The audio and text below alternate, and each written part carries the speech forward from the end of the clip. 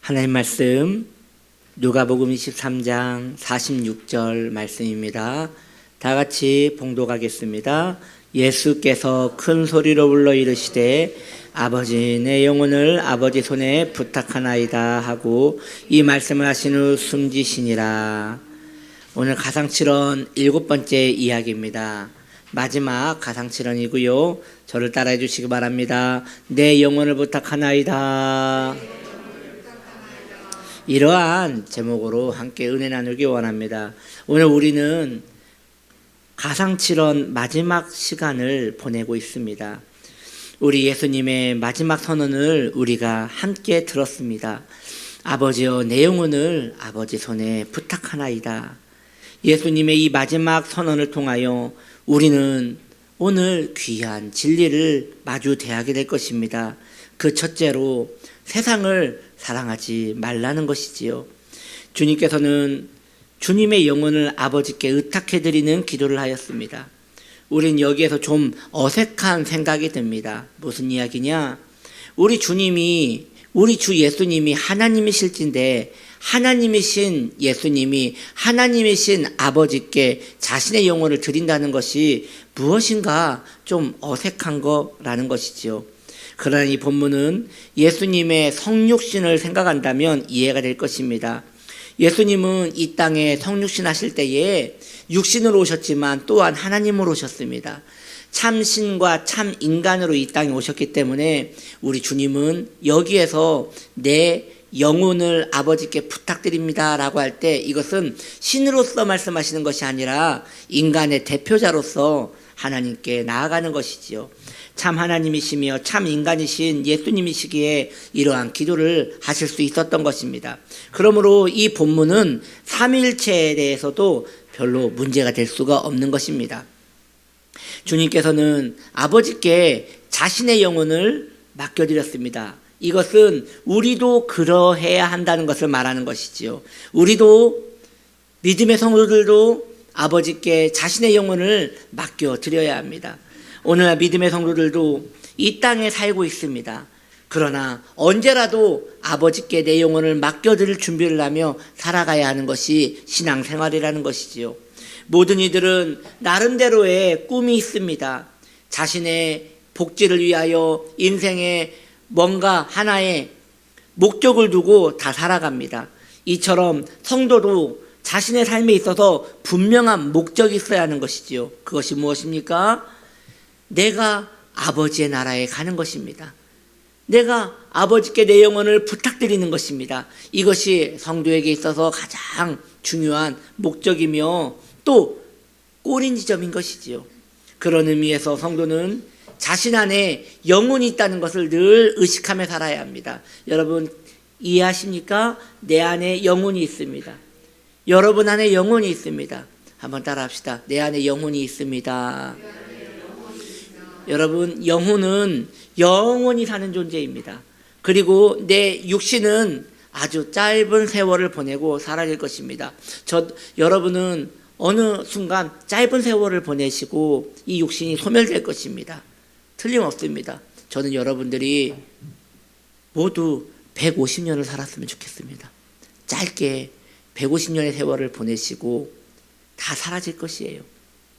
그런데 우리의 영혼은 영원히 사라지지 않고 우리 안에 계속 있는 것이지요. 그리고 이 육신이 소멸될 때에 우리는 아버지 품으로 가게 된다는 것입니다. 그러나 여러분 문제가 하나 있어요. 2마리 토끼를 한 번에 잡을 수 없듯이 영혼을 보살피는 것과 세상을 사랑하는 것은 함께 갈 수가 없다는 것입니다. 이걸 여러분 우리가 결단해야 돼요. 이 둘이 함께 갈 수가 없어요. 세상을 즐기면서 하나님을 사랑할 수 없고 영혼을 보살피면서 세상을 마음을 두고 살 수가 없다는 것입니다. 이건 매우 어려운 일이에요. 왜냐하면 우리는 이 땅에 살고 있기 때문이지요. 그래서 이 땅을 많은 부분에서 의지하고 살고 있으며 이 땅에서 누리며 살고 있는 것이 자연스러운 우리의 삶입니다. 그런 이유로 오늘날 믿음의 성도들이 자신의 영혼을 위하여 결단을 하지 않아요. 왜냐? 결단하면 힘들어지거든요. 나는 하나님의 것이다. 나는 내 영혼을 위해 살겠다. 그러므로 나는 세상을 사랑하지 않겠노라라고 거기까지 이야기가 나와야 하는데 도저히 세상을 사랑하지 않고 살기가 어렵다는 걸 내 영혼이 아는 거예요. 내 육신의 그 정욕이 아는 것이에요. 그러므로 이러한 문제에 대해서 어떠한 결단도 하지 않고 나아가지도 않습니다. 금식도 하지 않고 시간을 정하여 눈물로 기도도 하지 않고 이 악한 세대에 적응하며 살기에 급급한 우리의 모습인 것입니다. 그러나 여러분, 그걸 아셔야 합니다. 하늘나라는 절대평가예요. 여러분, 상대평가와 절대평가를 아시지요? 상대평가는 내가 잘했거나 못했거나 내 밑이 있고 내 위가 있어요. 절대평가는 그렇지 않아요. 커트라인이 정해지면 그 커트라인에 들어가느냐 못 들어가느냐 그것만 보는 것이에요. 하늘나라는 그런 의미에서 기준이, 커트라인이 절대 흔들리지 않는 절대 기준입니다. 어떤 이는 이렇게 말합니다. 옛날 믿음의 성도들은 오늘날과 같이 이 문명의 발전된 것을 보지 않았기 때문에 순수하게 살 수 있었던 것입니다. 오늘날 우리처럼 볼 것도 많고 놀 것도 많고 먹을 것도 많고 이러한 세상에서는 정말 신앙생활하기가 어려운 것입니다 라고 말할 수 있겠지만 이것은 우리의 생각일 뿐이라는 것이죠. 그렇지 않아요. 2000년 전에 신앙생활을 하는 사람과 오늘날 우리가 신앙생활하는 사람과 똑같이 기준은 정확히 정해져 있습니다. 그때에도 영혼을 사랑하는 자들이 아버지께 나아갈 수 있는 것이고 오늘날도 자신의 영혼을 사랑하는 자들이 하나님 아버지께 나아갈 수 있는 것입니다. 그러므로 여러분, 마음에 어리광을 버리셔야 합니다. 이러한 부분에서 타협하면 안 됩니다. 내가 주님을 못 섬기고 세상을 사랑하고 그럴 수 있어요. 그럼에도 불구하고 하나님의 기준을 흔들릴 수 없습니다. 나는 그럼에도 불구하고 하나님을 사랑하며 그분을 섬기기로 결단해야 하는 것입니다. 그런 의미에서 세상에서 내 마음을 갈라내야 돼요. 우리 주님께서 죽으실 때 휘장이, 여러분, 우리 주님 죽으실 때, 돌아가셨을 때 성막의 휘장, 성소와 지성소 사이에 막이 있잖아요. 그 휘장이 아래에서 위로 찢어졌어요? 위에서 아래로 찢어졌어요? 어떻게 이렇게 잘하십니까? 위에서 아래로 찢어졌어요. 이건 무엇을 말하느냐? 아래에서 위로 찢어졌다면 인간이 한 것이죠. 그런데 위에서 아래로 했다는 것은 하나님이 하신 것이죠. 그러므로 성도의 삶에서 하나님께 나아가는 것, 이 복음의 진리는 하나님이 우리에게 행하시는 것입니다. 하나님이 행하시는 것이지만 그것에 대하여 순종하는 것은 우리의 몫입니다. 그래서 우리는 믿음의 길을 가기 위하여 세상과 분리되는 작업을 끊임없이 해야 하는 것이에요. 세상보다 주님을 사랑하는 믿음의 성도 되시기를 예수님의 이름으로 축복합니다. 두 번째 드리고자 하는 말씀은 은혜로운 마무리에 대하여 말씀드리고자 합니다. 주님의 생명이 떠나가실 때에 예수님께서는 당신의 일생에서 가장 중요한 기도를 그 순간 하십니다. 바로 아버지께 자신의 영혼을 부탁드리는 기도지요. 경건한 성도라면 누구나 모두 하나님 아버지께 자신의 영혼을 의탁드리며 세상을 떠나기를 원할 것입니다. 아마 우리 귀한 성도님들도 모두 그런 생각을 하실 거예요. 여러분, 이러한 생각은 자주 할수록 좋습니다. 한번 상상해 볼까요?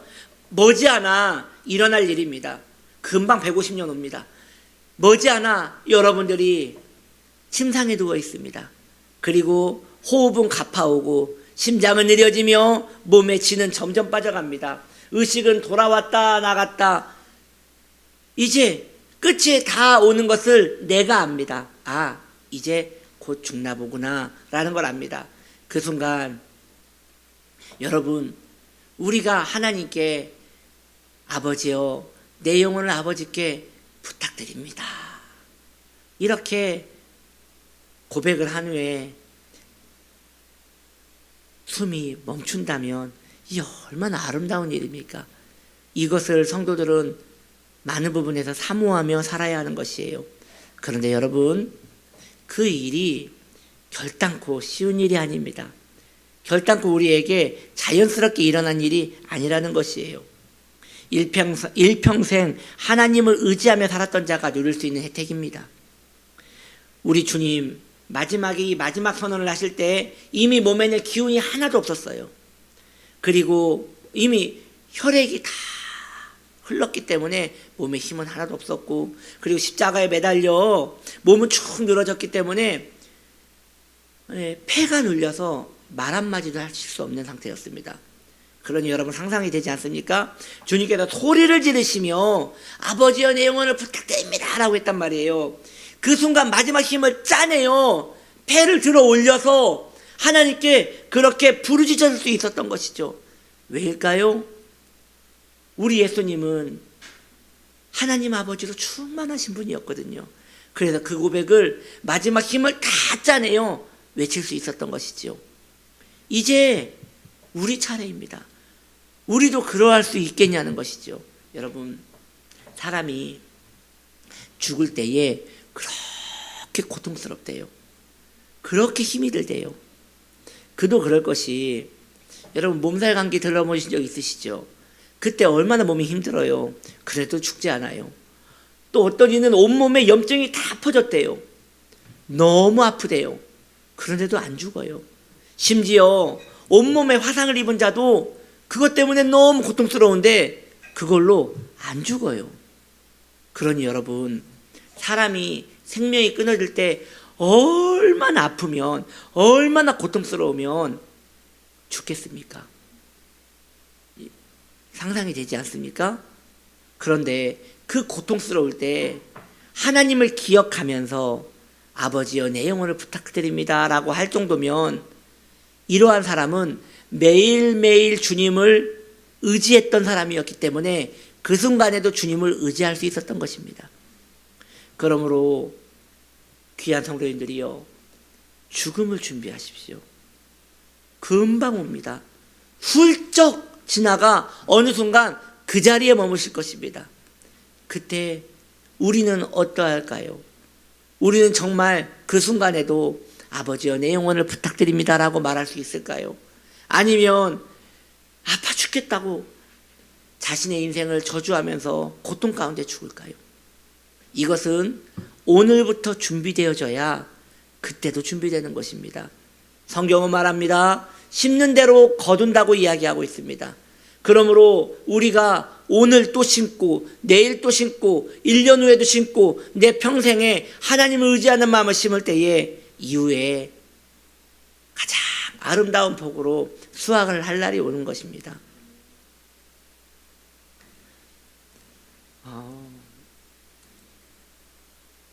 담임 목사의 특권 중에 가장 큰 특권이 성도의 임종을 볼 수 있다는 것이죠. 네. 저는 계속 이렇게 꿈을 꿔요. 정말 그런 날이 오기를 바라요. 연세가 많으신 우리 성도님이 이제 숨을 헐떡거리면서 천국 갈 준비를 하고 있는 거죠. 저는 그 성도님에게 꼭 물어볼 것입니다. 무섭지 않습니까? 고통스럽지 않습니까? 그때 그 성도님께서 저에게 이렇게 말씀하시겠죠. 목사님, 곧 아버지 집에 갈 텐데 이게 대수입니까? 이러한 모습을 볼 때 얼마나 은혜스러우실까. 근데 반대로 성도님 얼마나 고통스럽습니까? 빨리 나가라고. 말 시키지 말라고. 힘들어 죽겠는데. 그러면 저는 또 시험에 들어가지고 큰일 났네. 저 성도님 천국 갈 수 있을까 하면 얼마나 두렵겠습니까? 여러분, 지금부터 투자되지 않으면 마지막 날에 그렇게 고상하게 하나님을 의지하며 사는 시간은 절대 다가오지 않습니다. 그러므로 마지막 날을 위하여 준비하십시오. 은혜로운 마무리를 위하여 준비하십시오. 갑자기 오지 않습니다. 오늘 준비해야 내일 오는 것이고, 내일 준비해야 내 평생의 마무리가 그렇게 되는 것입니다. 그렇게 주님의 나라에 금이 환영했으면 좋겠습니다. 세 번째, 마지막으로 제가 드리고자 하는 말씀은 홀로 가는 길이라는 것이에요. 홀로 가는 길. 우리 주님께서 이 세상을 떠나실 때 예수님 옆에서 죽어가던 강도가 있었습니다. 그 강도에게 주님께서는 낙원을 약속해 주셨습니다. 오늘 내가 나와 함께 낙원에 있으리라. 그러했다면 마지막 기도를 할 때에도 아버지여 우리의 영혼을 부탁드립니다 라고 말해야 하는 거 아니에요? 왜냐하면 강도가 옆에 있으니까 말이죠. 그런데 주님은 분명 말씀하십니다. 나의 영혼을 부탁드립니다. 우리의 영혼이 아니에요. 나의 영혼을 부탁드립니다 라고 말합니다. 우린 여기에서 매우 귀중한 영적 원리 한 가지를 깨닫게 되지요. 결국 우리는 하나님 앞에 단독자로 선다는 것이죠. 이것을 루터는 우리에게 그 코람데오라는 말로 남겼습니다. 여러분, 코람데오라는 말은 하나님 앞에서라는 그 라틴어입니다. 그 단어의 뜻은 하나님 앞에서 홀로 있는 자라는 것입니다. 우리는 오늘 이렇게 회중 안에서 함께 예배를 드리고 있습니다. 그러나 결국 하나님과 나와 1:1 관계입니다. 그래서 심판도 1:1로 받는 것이고 천국도 1:1로 초청받아서 가는 겁니다. 우리는 무리 가운데 함께 섞여 있으나 결국 하나님과 나와 홀로 대하는 것입니다. 천국 가는 길 홀로 가는 것입니다. 신앙생활 홀로 가는 것입니다. 우리는 이 땅에서 모두 섞여 삽니다. 심지어 교회 안에서도 구원받은 자와 구원받지 못한 자가 함께 섞여 예배를 드립니다. 그러나 마지막 때가 되면 그것이 마음대로 되지 않아요.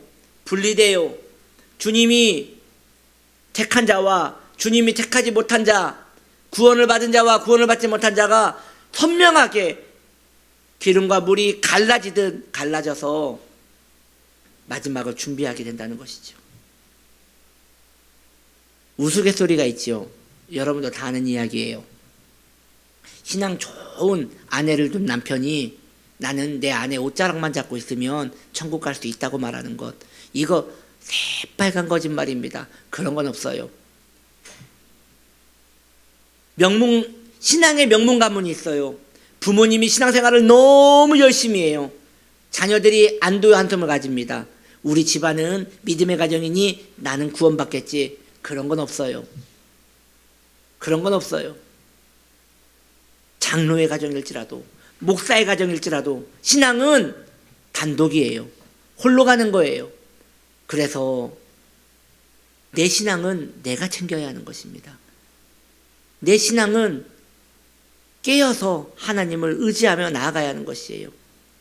물론 우리 가정에 예수 믿지 않는 가족들이 있다면 그를 위하여 눈물로 기도하시기 바랍니다. 그의 구원을 위하여 쉬지 않고 기도하셔야 합니다.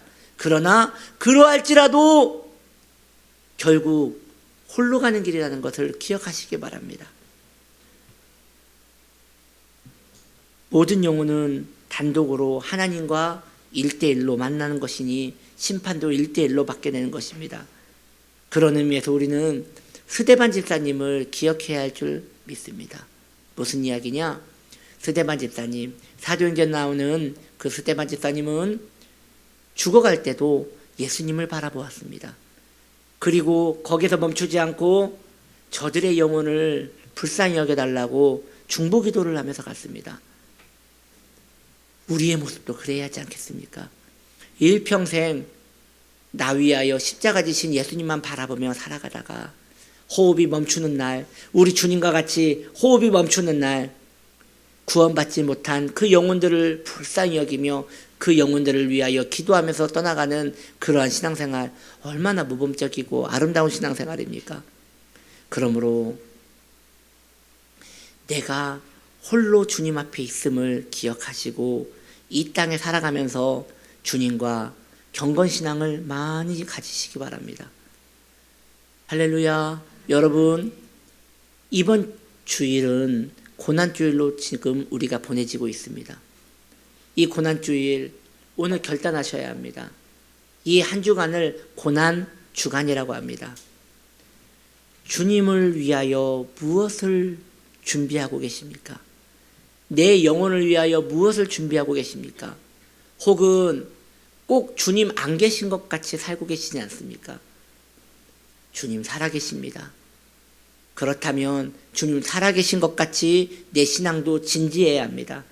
신앙 앞에서 내 신앙이 진지해지기를 축복합니다.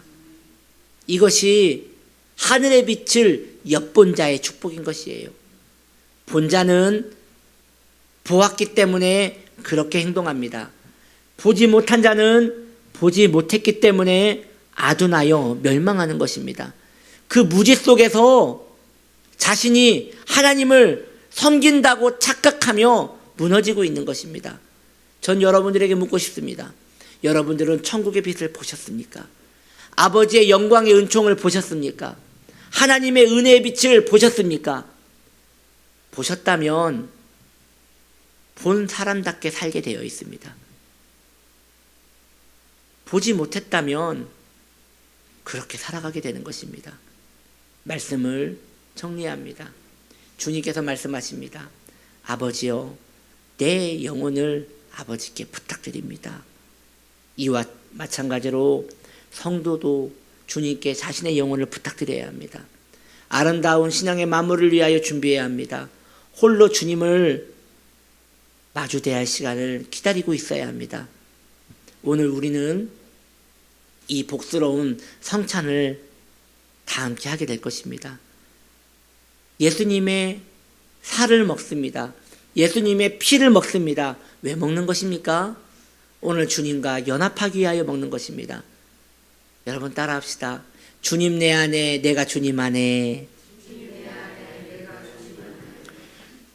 그것을 표현하기 위한 것이 바로 이 성찬입니다.